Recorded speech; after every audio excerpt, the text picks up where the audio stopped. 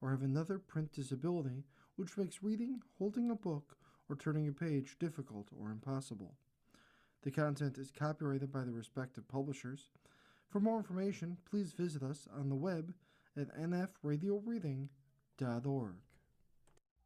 Hello, this is Evelyn, and for the next hour I'll be reading from the June 28th issue of the New York Times Magazine on the Niagara Frontier Radio Reading Service. Burden of Care. What does it take to be a good caregiver to an abusive parent? By Katie Engelhart. It started in January 2024 with a call from her father's eye doctor. Did Carol know that Andre was still driving even though his vision was so poor, even though it was illegal to drive with eyesight so bad? Well, no, she didn't. She made a point not to know this sort of thing about her father. Also, she didn't really care.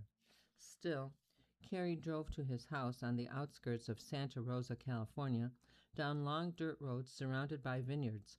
The house had beige carpets and beige curtains and beige walls with wood paneling, and Carol, who visited infrequently, was startled at the squalor he was living in. Everything was in disrepair. The food was expired. There were rats in the ceilings, but Andre, who was partly deaf, couldn't hear the ceaseless patter of their feet above him. And there was her father, 93, standing by the front door on that filthy rug next to the maroon-colored walker that he hated to use. Looking small, looking weathered. Carol didn't want to stay, but she stayed, and later she would think that she never really had a choice to do otherwise. Her sister would have nothing to do with Andre. They had been estranged for years, and by then his siblings were all either dead or too old to help him. Maybe she could have just walked away, left her father to become a ward of the state, but she couldn't bring herself to do it. I have enough integrity, Carol, who is 58, told me, and I have to be able to live with myself after that expletive is dead. The visit led to hours of help a week and later hours each day. Carol took Andre to his appointments. She managed his finances and his medications. She ran his errands. She answered his endless calls and text messages. Andre had some savings from his decades of working as a newspaper typesetter, but he refused to spend anything on his care. He said he didn't need it. And while his doctor agreed with Carol that her father clearly had some dementia, he told her that she couldn't force him to pay for caregivers or cleaners or anything else. So that was that. That spring, Carol installed a security camera outside his front door that sent alerts to her phone whenever he went outside. Once at work, she opened the app to see her father, who was gardening, fall straight backward, dead weight, slamming his head on the concrete before sitting up, seeming to have a seizure and falling back down again. She took him to the ER that time, and every time he fell after that. But there were things she wouldn't do. Embrace her father, for instance. Whenever Carol drove Andre anywhere, she would make him sit in the passenger seat until she could get his walker from the trunk and position it by the door, and she would put a hand on his back or his arm to steady him, but she wouldn't take him into her arms. Sometimes, for a moment, Carol could see Andre as others saw him, as a sweet old thing, a French-Canadian man with pale blue eyes and a bad knee who said merci beaucoup with the remnants of an accent, an older person with dementia who was losing the thread. Excuse me. But usually she saw him as he was when she was a little girl, when he used to kick her hard, like you would kick a dog that you were abusing. She remembered being 4 and playing with her toys in the family room and her father yelling at her to pick them up. And then when she didn't, him grabbing her by both hands so that she couldn't get away. He's holding my right hand, he's holding my left hand, and he's kicking me in the crotch. It's hurting really bad. I pissed my pants and I was humiliated because I was potty trained, you know. She remembered that after it was over, she cleaned up her toys and went upstairs to change her clothes. When Carol first became a caregiver for her father, she joined Parenting Aging Parents, a Facebook group with nearly 40,000 members, most of them women. Carol read the message board, but she didn't see her situation reflected in many of the comments. The other people in the group seemed to have had good parents, or at least good enough parents, who in turn earned their children's support in old age. Carol felt like a lone caregiver whose sense of obligation came without all the cozy feelings. Soon enough, though, she began to see that there were others like her. They tended to be quieter, but they occasionally revealed themselves in the comments. They were all across the country, too, people caring for mothers and fathers who had themselves been poor caregivers. The caregivers I spoke to asked to be identified only by their first names to protect their privacy. Some had parents who never said, I love you, who never tried very hard, who never took an interest. Others had parents who hurt them. Many were harmed in the usual derivative ways, with belts and closed fists and neglect and humiliation. But some had parents who were more inventive in their infliction of pain. A woman whose father would swing her sister around by her ponytail, a man whose drunken mother used to wake him up at night to tell him that he was a piece of shit for hours on end so he couldn't sleep. They all had their reasons for looking after parents who seemed so undeserving. They said they had to because there was nobody else, because they couldn't afford paid nursing aides, or because they couldn't find any in their small town. Some did it because of Catholic guilt, because of other kinds of guilt, because the sight of a once robust parent, now degraded and infirm, had unmoored them. In Florida, a woman agreed to care for her father because he had apologized for everything. In Delaware, another woman did the same because even though her father used to beat her, he later defended her to her mother when she came out as gay. They did it because they wanted the inheritance, because they believed that a child's duty to a parent was unconditional, because two wrongs don't make a right, because they hadn't realized how hard it would be, how expensive it would be, how long their parents would hold on. Some did it because their fathers were too weak to hurt them now, because they wanted to be good people, because one thing led to another and now there was nothing to do but endure it. In the early 2010s, a social work researcher named Juyong Kong, now a professor at the University of Wisconsin-Madison, looked at the proportion of American adults who were caring for older parents, currently around 10%, and those who said they were physically or sexually abused as children, more than 20%. She theorized that some adults were caring for parents who once harmed them, and she wanted to study them. Her colleagues assumed she would find very few.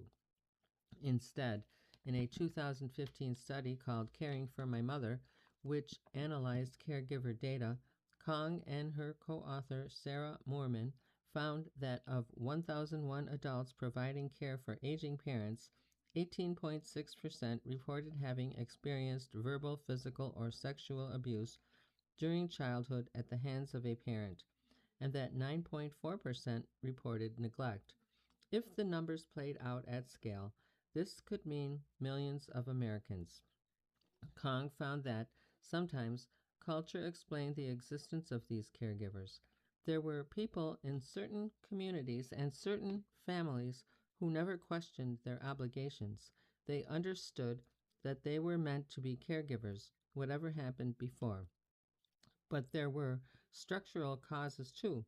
When it comes to funding long-term care, we are one of the worst countries in the world, says Howard Gleckman, a fellow at the Urban Institute, a nonpartisan economic and policy research institute. Many Americans are startled to learn that Medicare doesn't cover long-term caregiving at all, that it mostly pays for acute medical care, hospitalization after a broken hip or an infection, and a short period of rehabilitation afterward. Medicaid does cover caregiving, professional aides to help with things like showering and using the toilet, but only for people with very limited assets, around 2,000. Even then, it often covers very little, perhaps a few hours a day, which may not be enough. Anybody else is left to embark on what policy analysts obliquely call the spend-down pathway. On average, $35 an hour on at-home caregiving and $115,000 a year for on a nursing home, but more for a private room.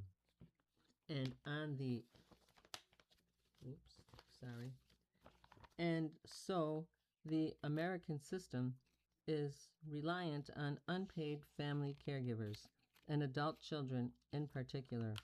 Older people who are left to fend for themselves can meet dire fates. Regular trips to the ER for dehydration, malnourishment, pneumonia, urinary tract infections, fractures, falls, followed by hurried hospital discharges and brief stretches back at home before the next emergency.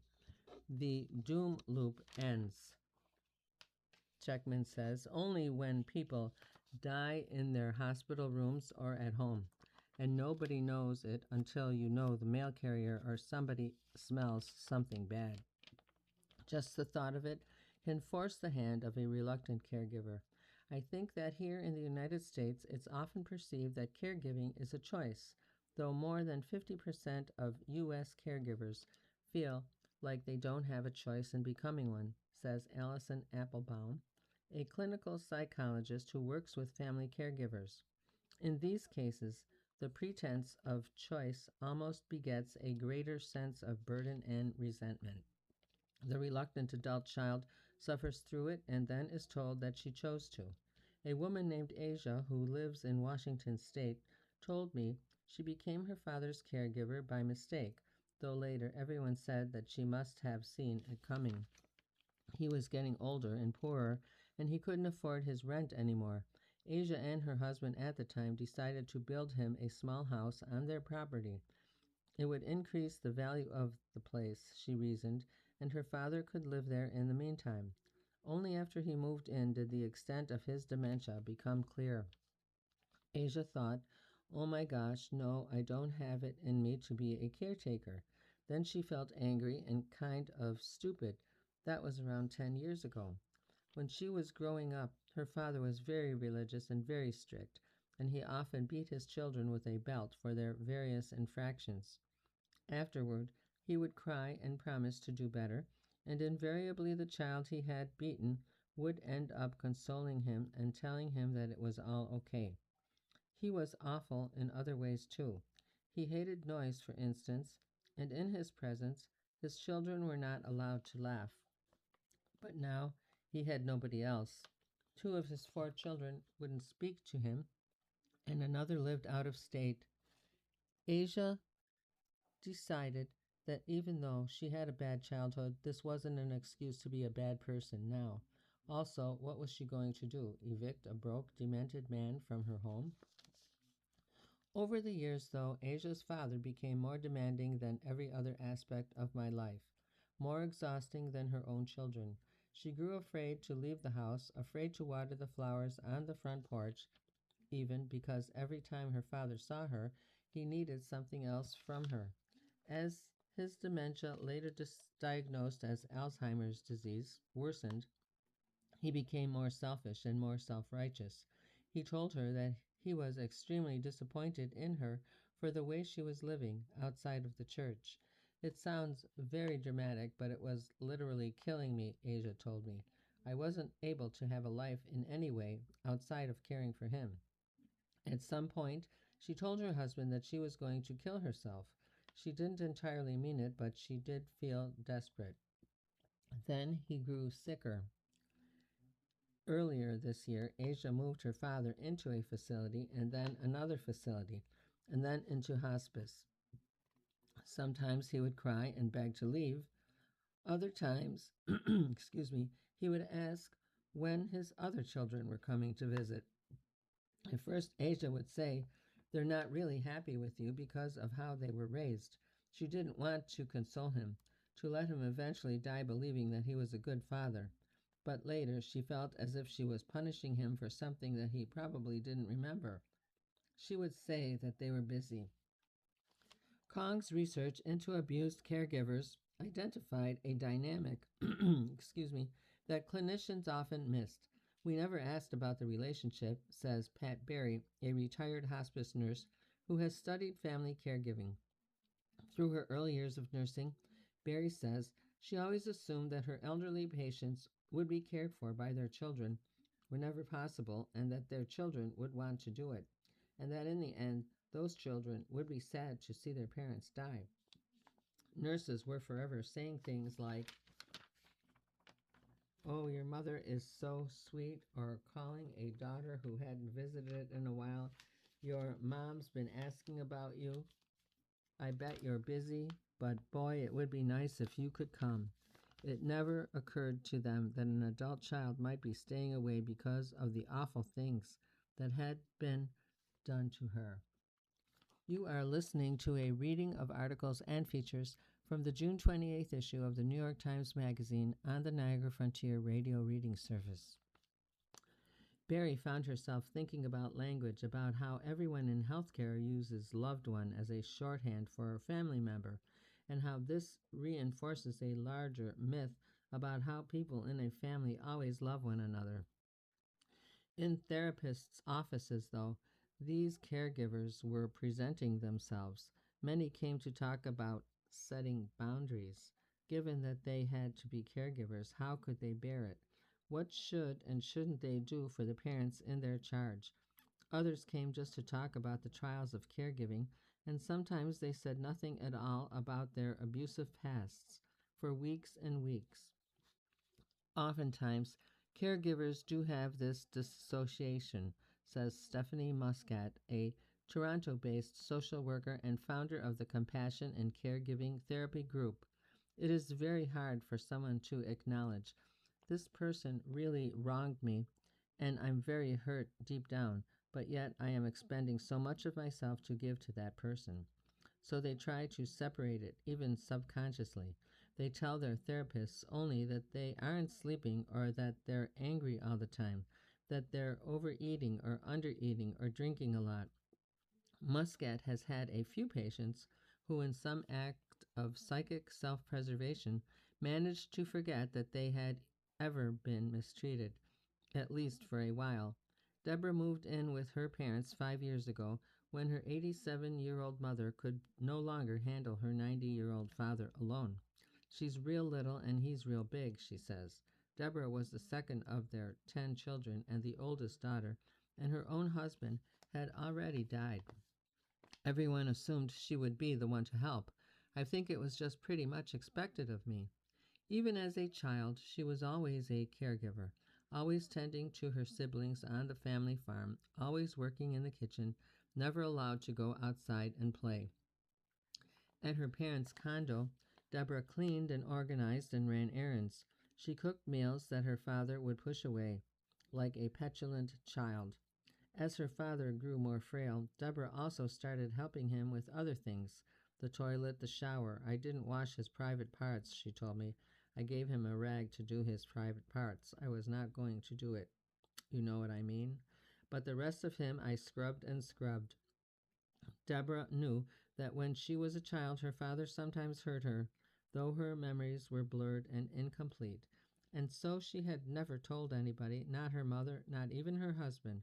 But back with her parents, she started remembering things. Sometimes a smell, car oil, her father was a mechanic, lumber, he was always woodworking, could resurrect a whole childhood scene. Deborah came to see that her father had sexually abused her for years, that he had used her body over and over and also brought her to other men, the farm help usually, and let them use her too in exchange for booze or cigarettes or whatever. She trained her mind to go numb while she was caregiving. "I did it without feeling," she says. "I was a robot." But that worked only for a time. After that, she was angry. She started drinking, at first a little and then a lot, in the hours after she put her parents to bed. It was only when a few of her siblings confronted her about the drinking that I finally came clean, Deborah says, and they went nuts. They couldn't believe it, because we were the perfect family of 12 Catholics. Everyone was so sorry, and after that some of the siblings did start to hug her more, to call her more, to help with things.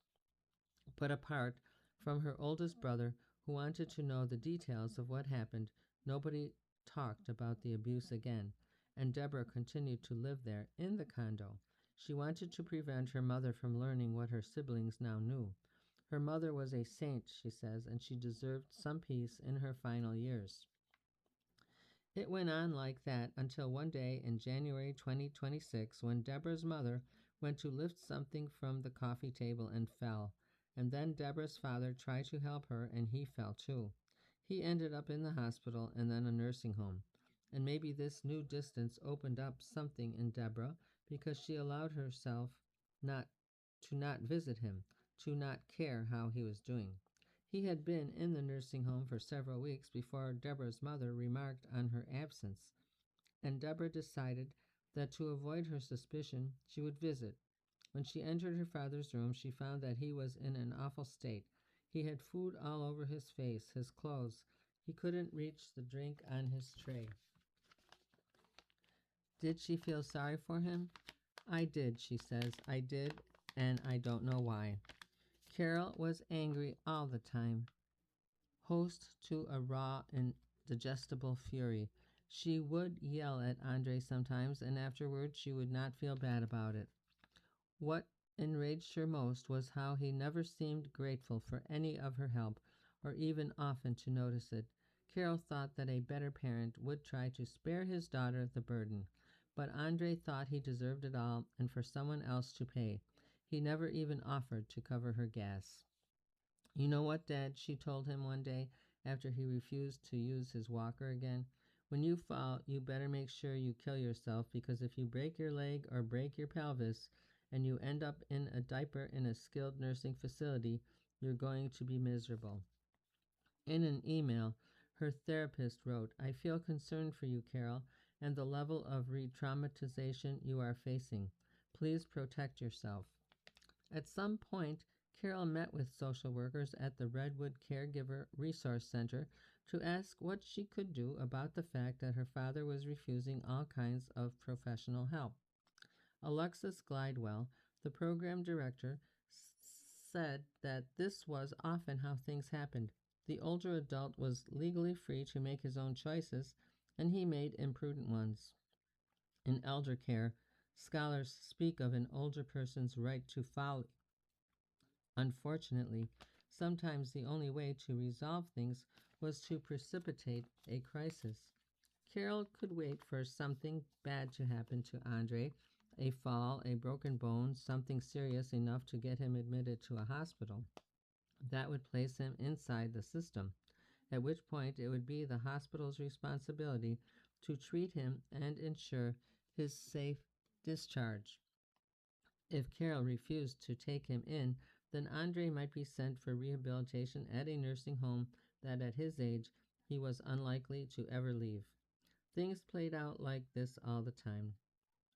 Glidewell said, in other instances, people abandoned elderly relatives, many with dementia, at the doors to an emergency room, sometimes with letters pinned to their jackets, something like, please take care of my dad. Social workers also understand that people who experience abuse as children can go on to become physically abusive caregivers. Hurt people, as they say, hurt people. But usually, Glidewell told me, when elder abuse occurs, it takes the form of this kind of insidious neglect. A daughter might give up on getting her father to take his medications, for instance, because he always puts up a fight. She might say, fine, Dad, do it yourself, when she knows that he won't. In August 2025, nearly 2 years after the call from Andre's eye doctor, Carol finally got her father an appointment with a neuropsychologist who did a 3-hour evaluation and diagnosed him as having major vascular neurocognitive disorder. The exam found that Andre's language skills were still average to high average. He could speak fluidly and even be charming, but that his executive functioning was low average to exceptionally low. On one memory test, he scored in the less than first percentile range. The neuropsychologist concluded that Andre lacked the capacity to make even basic medical decisions. From now on, Carol would make them for him. I guess I'm being punished by God, Andre said. Everyone gets old and dies, Dad. You aren't being singled out. From all her time in therapy and from all the psychology books she had read, Carol knew better than to expect anything meaningful to come from her caregiving efforts. Like healing, for instance. There is going to be no redemption before he dies, she said. The final years of Andre's life would not be one of moral transformation or awakening, the flawed old man being brought to his knees in shame before his selfless child. Still, she did sometimes reach for closure. Carol had gone a lifetime without ever asking Andre about the ways he had hurt her. She never thought there was a point. He was probably too much of a narcissist to even recognize himself as an abuser. But the experience of caregiving, her proximity to him, his proximity to death, made her want to ask. Dad, you have the choice, she said. You could choose to take responsibility for your behavior before you die and apologize. But he just denied it all. He said that Carol was making it all up, that he had always been a decent father, that he hadn't been like his own father, an awful man. I did the best I could, he said. It was hard to know now how much was dementia and how much was willful denial. In January 2026, Andre finally agreed to move into a retirement home, and Carol set up an appointment with a placement agency. Andre was agitated at the meeting and he yelled a lot, but he managed to ask for a balcony with a view of the mountains. After the appointment, Carol turned to leave. When she did, she saw that her father had started to cry. He was wanting to hug me, Carol said later, and he was crying. Yeah, and I didn't want to hug him back. The question of what exactly children owe their parents has always shadowed the family unit. Common sense seems to say that we owe them something, even if it is hard to translate that intuition into a coherent account of how much precisely is due. Then again, common sense might also say that this debt is limited and maybe that it is contingent on how we were raised. Each generation, wrote the philosopher Daniel Callahan, has had to make its own sense of the biblical injunction that we should honor our fathers and mothers. The question seemed to acquire a new urgency in the 1970s when the proportion of Americans over 65 reached 10% and people started to speak of the graying of America, and when increased life expectancy meant that in some families, elder care was now a decades long undertaking. With the creation of Medicare and Medicaid in 1965 and the subsequent expansion of Social Security, filial obligation became a growing preoccupation of the state. In the lead up to the passage of the programs in Congress, there had been a political debate about whether adult children should be required to exhaust their financial resources to help indigent parents before the state stepped in. But controversially, when Medicaid eligibility regulations were published, they limited financial responsibility to applicants and their spouses. In other words, they expressly forbade states from treating a child's income as if it were available to her parents. Supporters of Medicare and Medicaid, says Hendrik Hartog, an emeritus professor of history at Princeton University, imagined that in addition to offering social assistance, the programs could promote family togetherness and even affection by taking the straining obligations of elder care away from children and placing them on the government. It sort of got parents and children out of the impossible situation. But as many as 40 states had old filial responsibility, laws on the books, legislation that dated back to the colonies and that required adult children to financially support their impoverished parents. The laws, which were enforced only haphazardly, had been an attempt to codify filial obligation, less out of any moral imperative and more because filial duty kept government expenditures down. Now these old laws stood in tension with the new public welfare programs. You are listening to a reading of articles and features from the June 28th issue of the New York Times Magazine on the Niagara Frontier Radio Reading Service. Nevertheless, many states refused to abolish them. In the early 1970s, Governor Ronald Reagan vetoed two measures that would have repealed part of California's law. Adult children who were financially able should contribute, Reagan argued in a news release. The integrity of our welfare program demands that responsible relatives help support their parents. These critics worried that public funding would weaken the American family as a moral category. At one time, fathers that neglected to pay for their children were not punished, read a 2002 article in Family Law Quarterly. Today, these same fathers would be considered deadbeats, subject to wage garnishment and a host of punishments. It went on.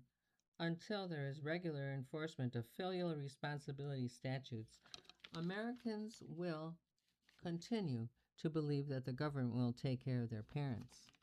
Fewer than 24 states retain filial responsibility laws today, and they are very rarely enforced.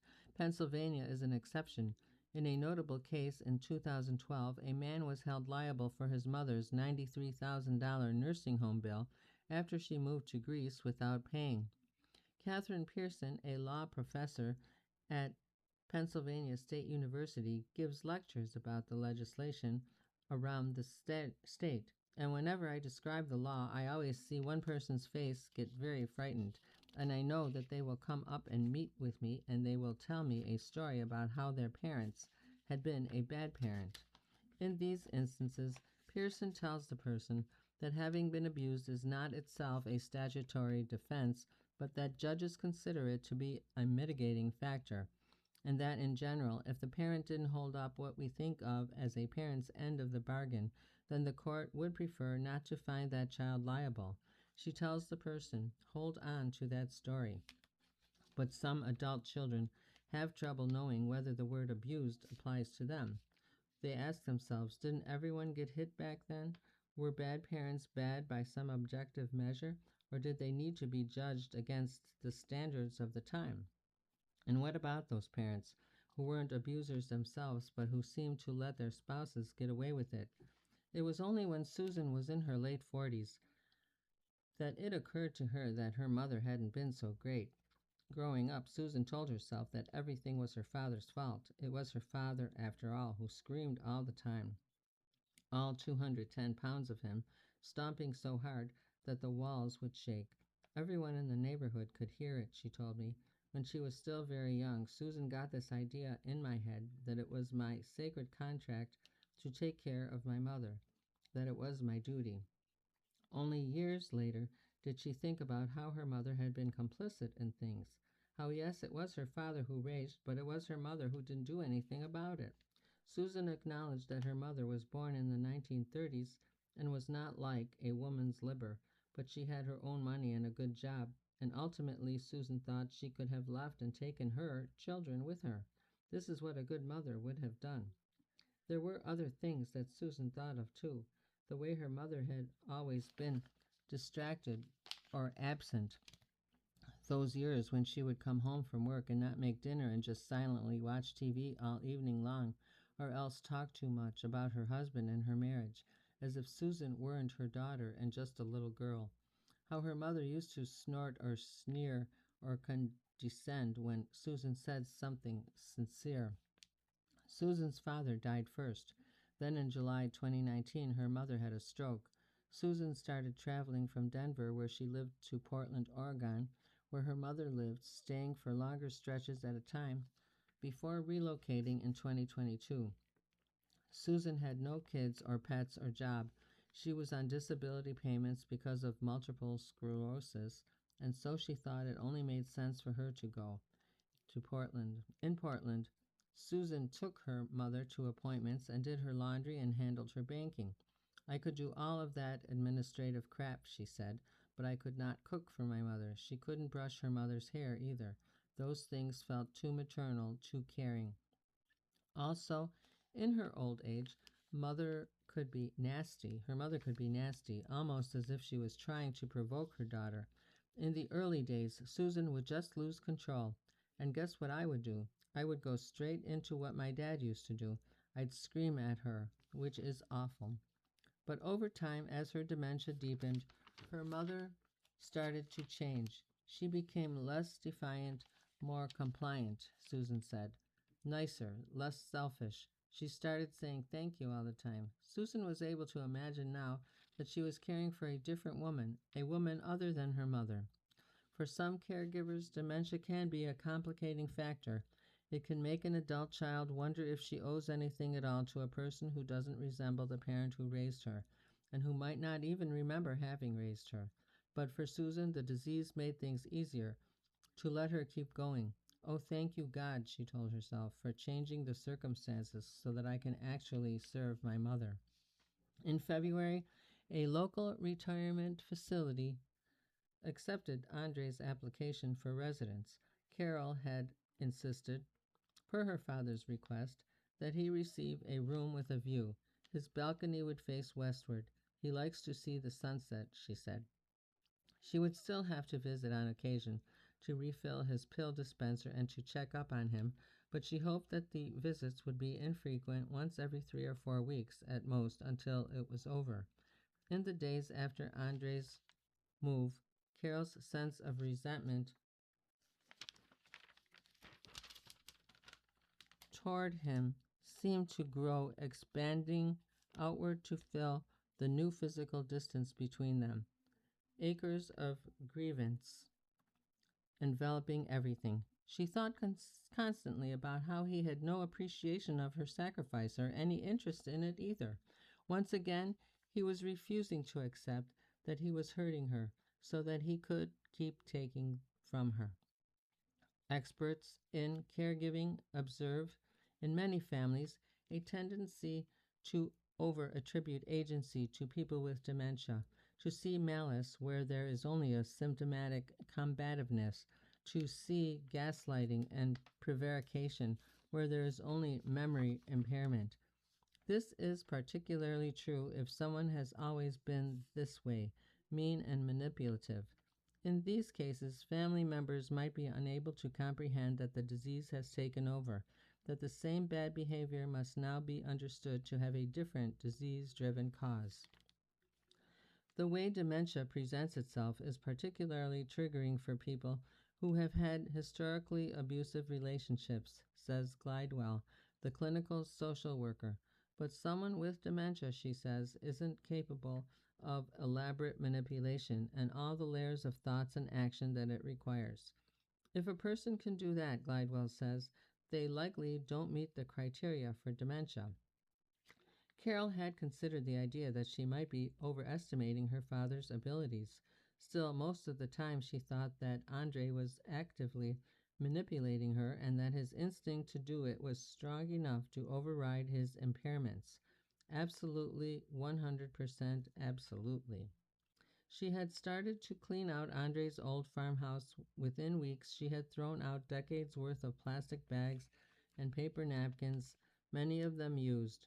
On the porch, Carol found canisters of paint that were half a century old, and in the back office what seemed to be every pair of eyeglasses her father had ever owned. Sometimes, in the midst of it all, Carol would feel sorry for her father for the way he had been living, but when she felt this way, she would reread her mother's old journal.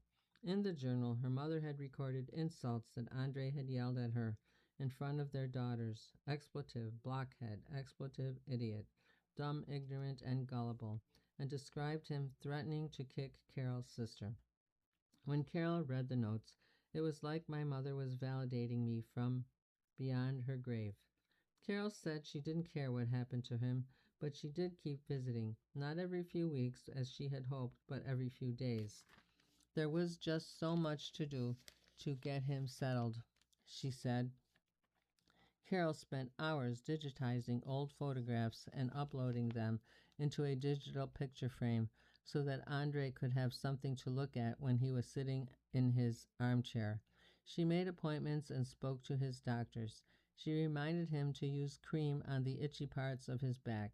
On days when she didn't visit, Carol would monitor her father on her phone with the Find My iPhone app, checking to make sure that he moved from his apartment to the restaurant around lunchtime and dinner time.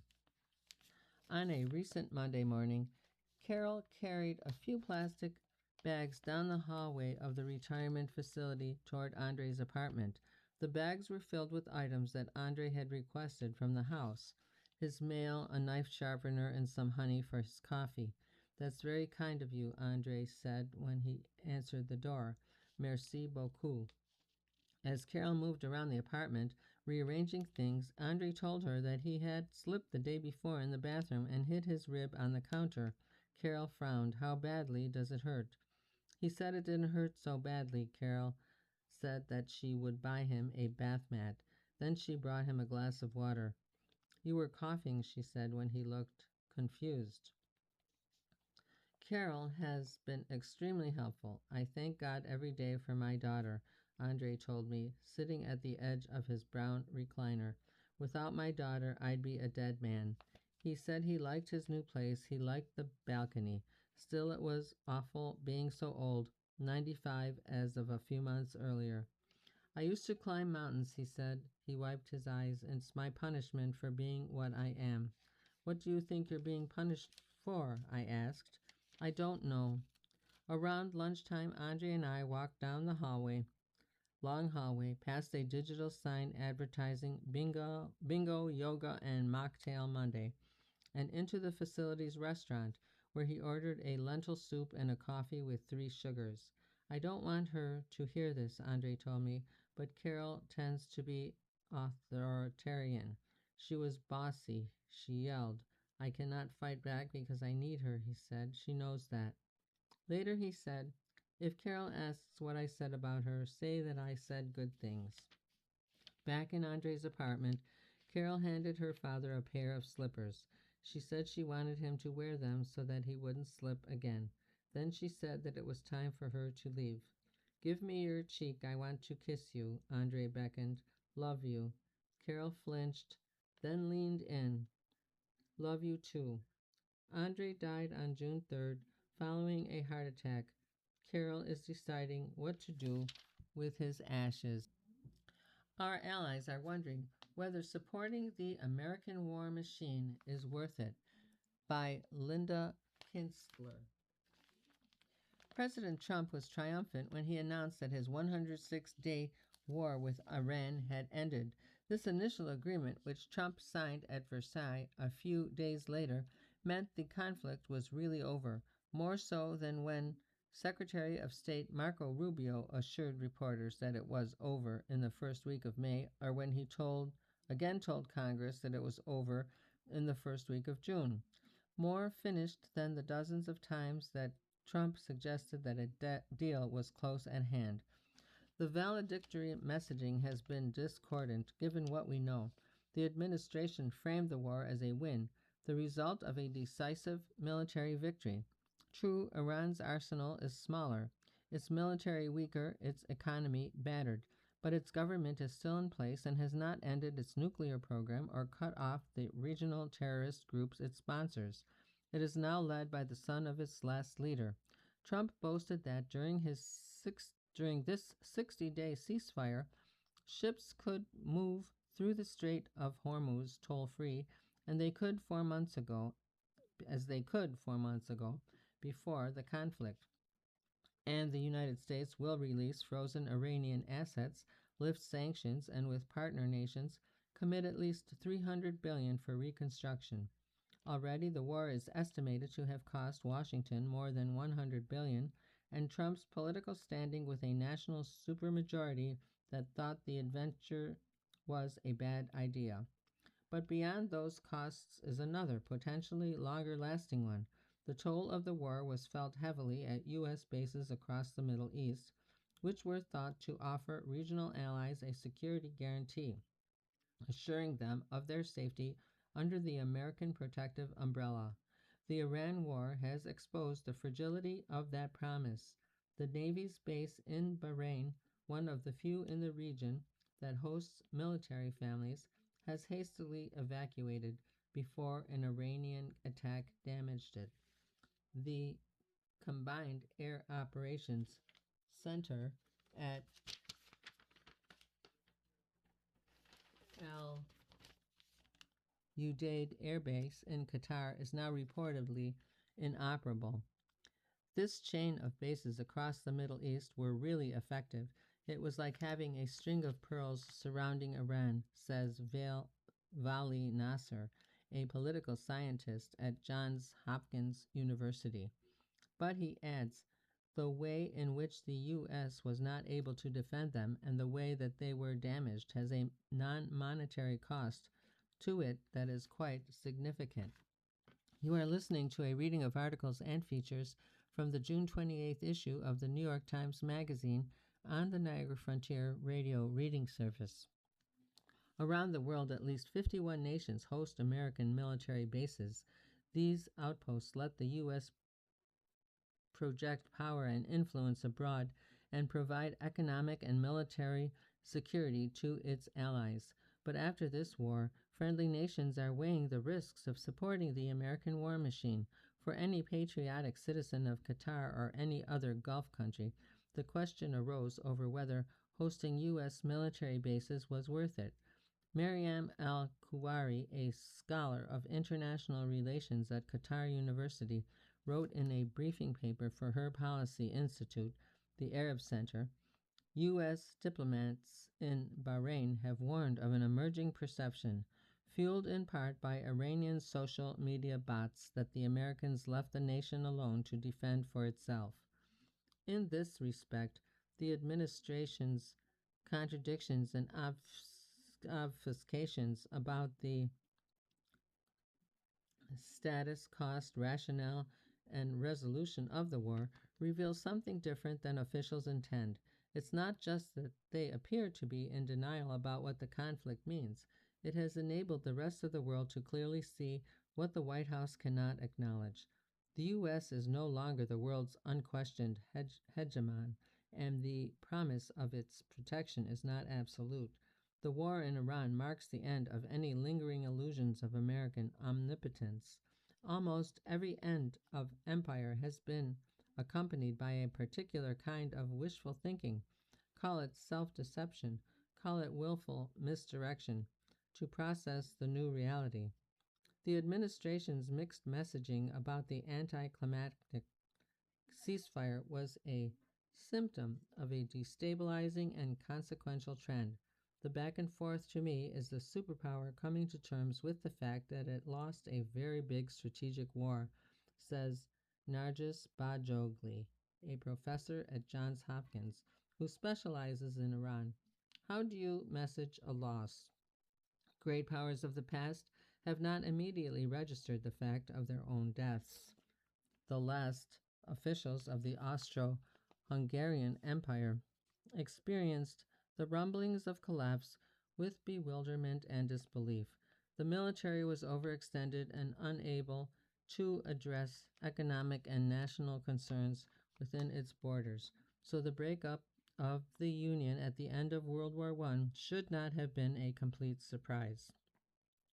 But the historian Natasha Wheatley writes movingly about how an aide to the final minister of war encountered the old man in his office in the middle of the night, still in his dressing gown and unable to comprehend the gravity of what was occurring. Decline is not always easy to recognize or manage. An orderly planned dismantling of empires corresponding to the metropolis's strategic plans is the exception, not the rule. Yegor Gaidar, who served as acting prime minister of Russia in the early 90s, wrote in his study of imperial collapse, part of his attempt to comprehend why the Soviet Union disintegrated.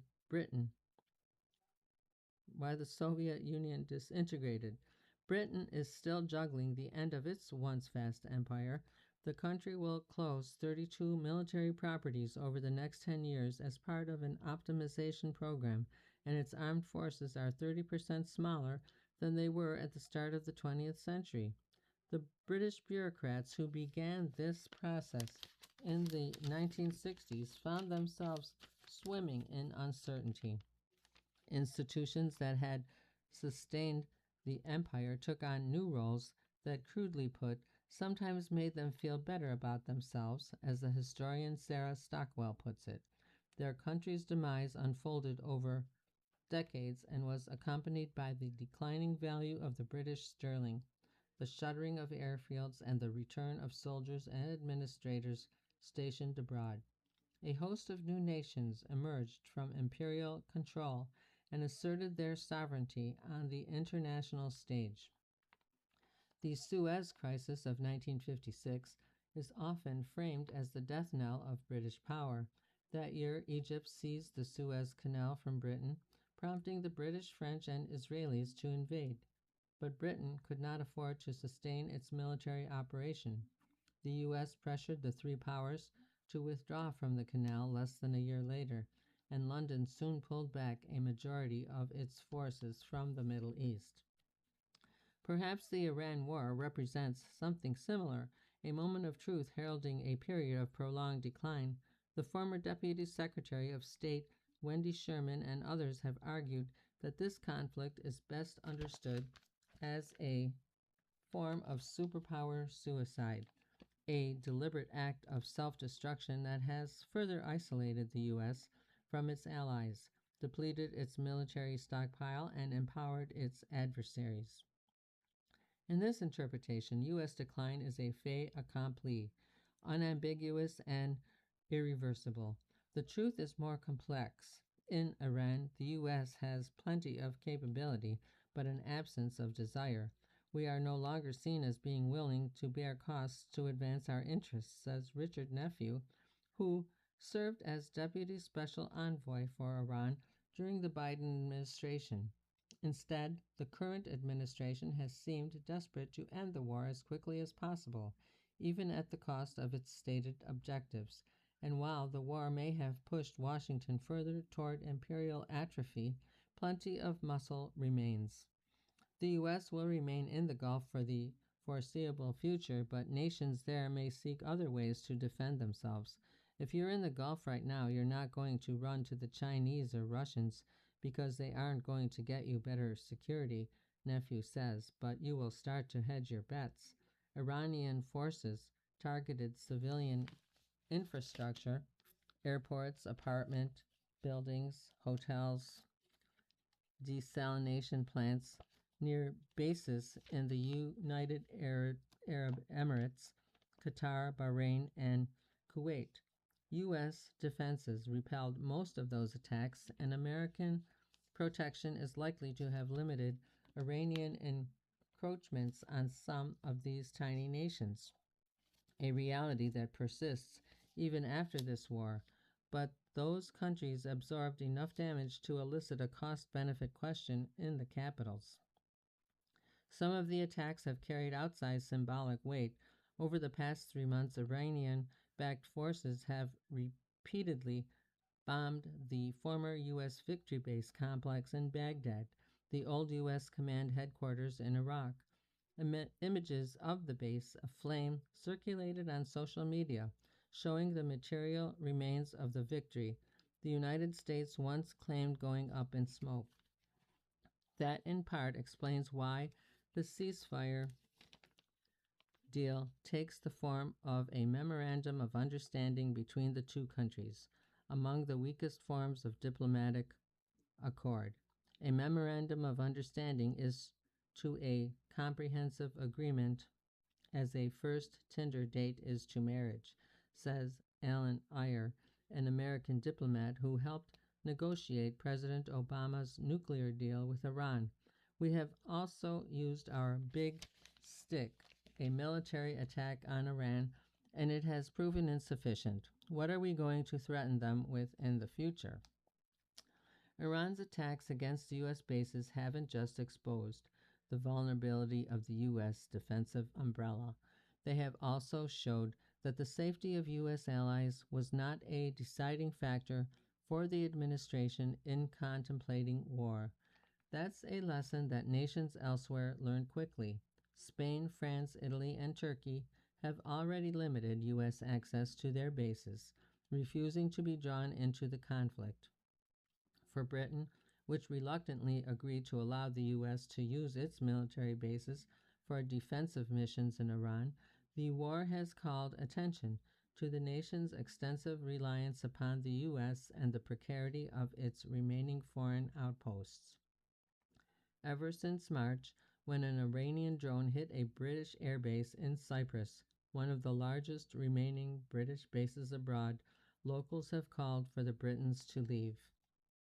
Perhaps a similar fate one day awaits U.S. outposts, for now Washington is already staging its own kind of managed retreat, even it is couched in the language of efficiency, optimization, and prioritization. The Trump administration plans to pull 5,000 troops from Europe and hold off on deployments to the continent. Just this month, the U.S. outlined plans to draw down its air support for Europe ahead of schedule. The recent National Defense Strategy announced that going forward, the U.S. would station critical but more limited forces on the Korean Peninsula, and Trump has frequently complained about the 60,000 American troops stationed in Japan as a counterweight to North Korea and China. On the other hand, the U.S. is building up in the Pacific in places like Palau and Guam. Restricted U.S. access to international bases may have a silver lining. If Washington can no longer count on wartime access, it may lose its global reach. The political scientist Rachel Metz recently argued in Foreign Affairs. But an extra barrier to military action could help keep the United States out of ill-advised wars. That, too, would be a portent of contraction. You've been listening to a reading of articles and features from the June 28th issue of the New York Times Magazine. Your reader has been Evelyn. Thank you for listening. Coming up next in the Niagara Frontier Radio Reading Service, we have the USA Today. At 2 o'clock, with episode number 3 of We the Women by Nora O'Donnell. Stay with us for these readings and more.